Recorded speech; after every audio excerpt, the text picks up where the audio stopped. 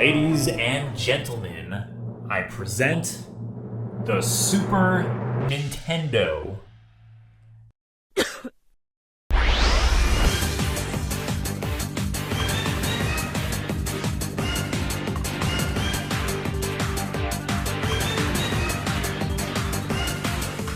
The Super Nintendo is my favorite system of all time. It first released in Japan in November of 1990 as the Super Famicom, and it was an immediate success. 300,000 units flew off of the shelves in hours. People were missing work to pick up the system. Shinkansen times were missed by seconds. And the Japanese government had had enough of this utter mayhem. The immediate popularity of the Super Famicom caused the government to declare no more console releases on weekdays. Don't be coming back now. And yet, only 2 games launched with the system, Super Mario World and F-Zero. Which might not seem like much, except that Super Mario World is one of the greatest platform games of all time. Super Mario World perfectly encapsulated what a Mario platform game was and showcased the new power of the Super Famicom. It was filled with far more color than the limited palette of the Famicom, and its music could use a far wider range of sound. From a design perspective, the game featured an incredibly satisfying approach to difficulty. It included secret buttons that could be found to produce various color blocks the player could use. Finding these buttons didn't only feel rewarding, but also filled each stage with new platforms, effectively making the game easier for players who weren't as skilled. It meant that exploration and secrets yielded real rewards, giving players an incentive to explore each of the game's many interesting and fun levels. Not only this, but Super Mario World introduced the world to Yoshi. Miyamoto had initially envisioned Mario as being able to ride a dinosaur, or at the very least, horseback riding. And with the new power of the Super Famicom, this dream was realized, and Yoshi was created. On top of being incredibly cute, Yoshi also further helped create a balance in difficulty, as the character also served as another hit Mario could take without dying.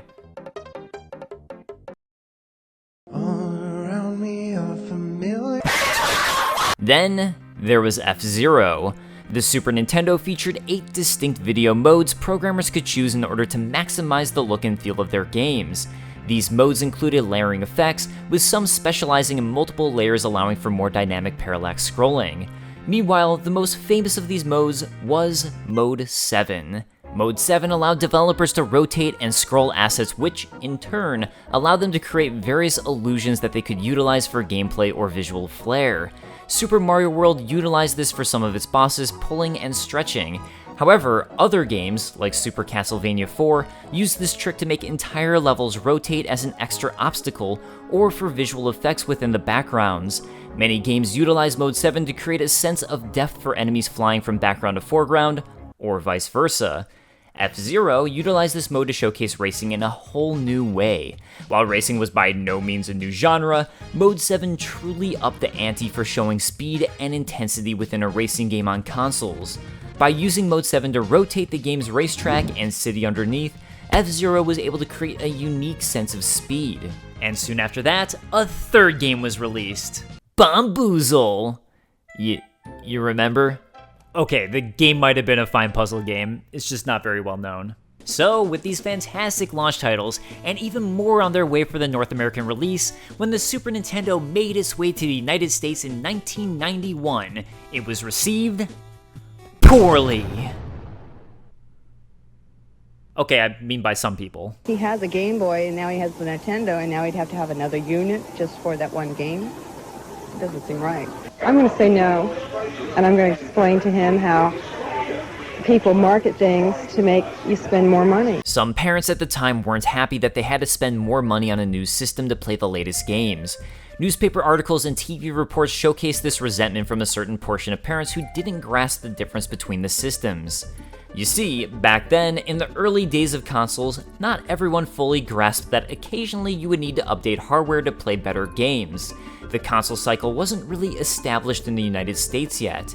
You had the Atari 5200, which was a major upgrade to the popular Atari 2600, but it released around the time of the major video game crash of the 80s and didn't sell well.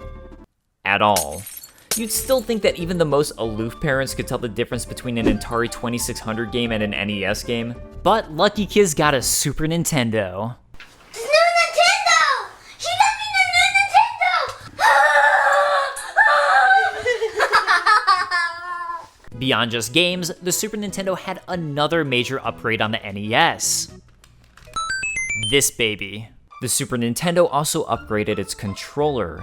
While the NES controller was perfect for its time, with a simplistic, uncomplicated design that featured only 2 main buttons and a brand new D-pad instead of a joystick, the Super Nintendo took this design and added a level of complexity while still keeping the controller simple and ergonomic. Now there were 4 buttons, and in a layout still used for modern controllers today. Additionally, there were now L and R shoulder buttons. Of all of the additions, I think this was the most useful and interesting. Shoulder buttons are now standard and absolutely vital to many games, but they weren't a thing before the SNES.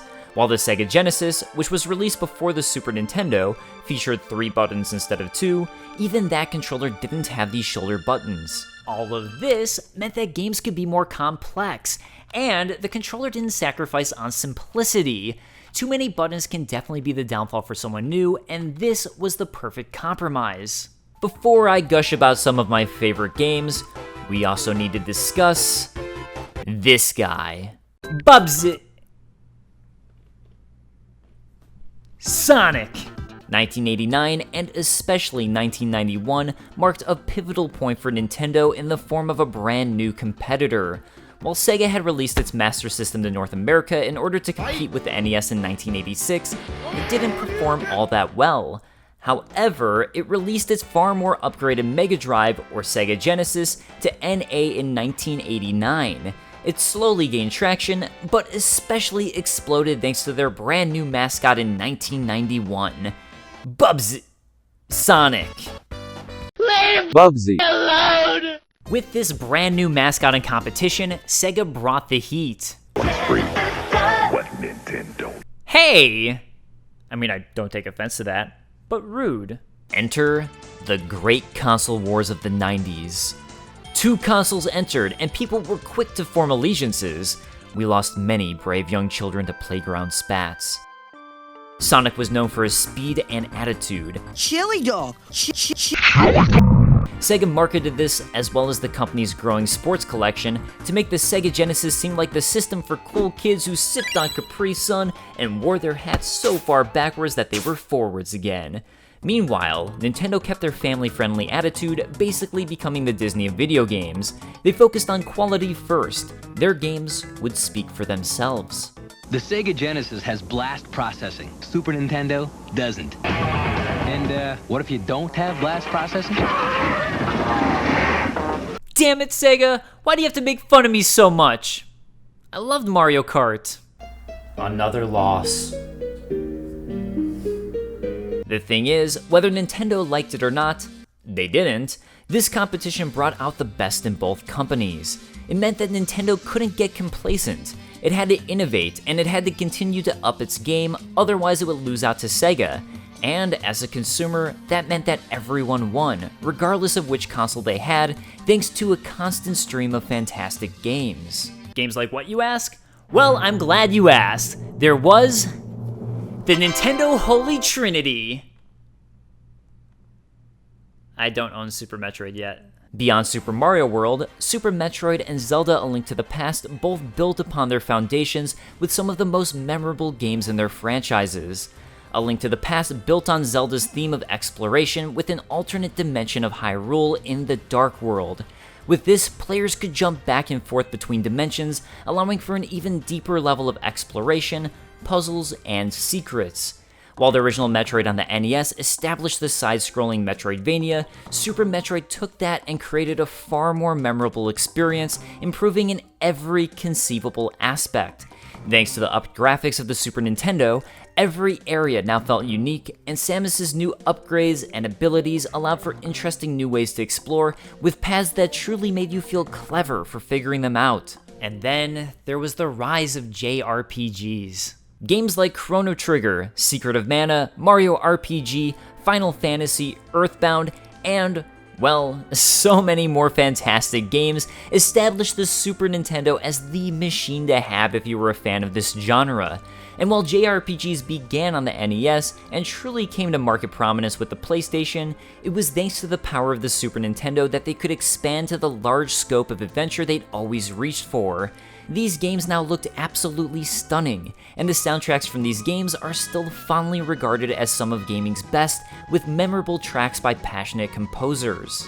Of course, this was also the heyday of character-driven platformers and action games, and while admittedly, the overabundance of this style could be likened to FPS games in the late 2000s or early 2010s, that also meant that some of gaming's best came out around this time.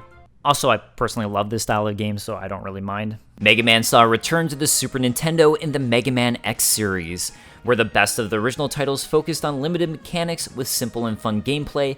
The X titles brought in an abundance of secrets and upgrades, making exploration an important factor. There were also other great single-player experiences like Aladdin or Sparkster, sequel to Rocket Knight Adventure, and for my money, one of the most underrated characters. I mean, come on, it was a possum in a knight outfit with a jetpack! Another factor that really added to the Super Nintendo was that many of these games now included cooperative elements. No longer did you have to play a platform game alone, or take turns with it. Many games now looked for creative solutions. And look, yes, Mario 3 had co-op with players taking turns, but I'm talking about this. Kirby's Superstar Saga let a second player play on screen as buddies created from enemies of the game. Like Kirby, whose power always fluctuated, this allowed for a second player to also consistently shift abilities, and the game's laid-back gameplay was perfect for two players at once. Meanwhile, Donkey Kong Country had its own unique approach to multiplayer. In co-op, each player controlled a different character, and while only one player could play at a time, anytime someone was hit, that meant it switched to the other player. It was a fantastic way to incentivize playing well, while ensuring each player had a fair turn to play. The point is, the Super Nintendo quickly became a system that allowed friends to play together, more so than the NES ever had. Donkey Kong Country also looked amazing for its time. With these games, Rare used a special technique to compress 3D models into SNES sprites, effectively cheating a 3D look that absolutely blew consumers away. But it does highlight that game developers were always looking for and finding ways to increase the capabilities of the Super Nintendo. Similar to the NES, the Super Nintendo allowed game manufacturers to purchase and utilize more advanced chips that would go inside the cartridge itself. These allowed developers to do things that were far beyond the initial capabilities of the system. Examples included the CX4 chip, which allowed Capcom to create wireframe effects and rotation as seen in Mega Man X2. Those graphics. DSP-1, on the other hand, allowed for games to better utilize Mode 7 for more advanced scaling, and was seen used in titles like Super Mario Kart, which was also notable for kickstarting the entire kart racing genre. But the most well-known was the Super FX chip. This is the chip that was utilized in Star Fox and used to create a 3D polygon effect on the Super Nintendo. The game was revolutionary, and while the technology was certainly impressive at the time, what was better was just how fun the game was, and how it took the format of Space Harrier, but was able to still make something that felt wholly new. Also, I feel like this game might have contributed to my love for foxes. Shout out to Juniper Fox and Save a Fox. Then, there were genres that grew and were common to the era, like fighting games and beat-em-ups. Okay, honestly, I prefer playing fighting games on my Sega Genesis, but they still existed on the Super Nintendo.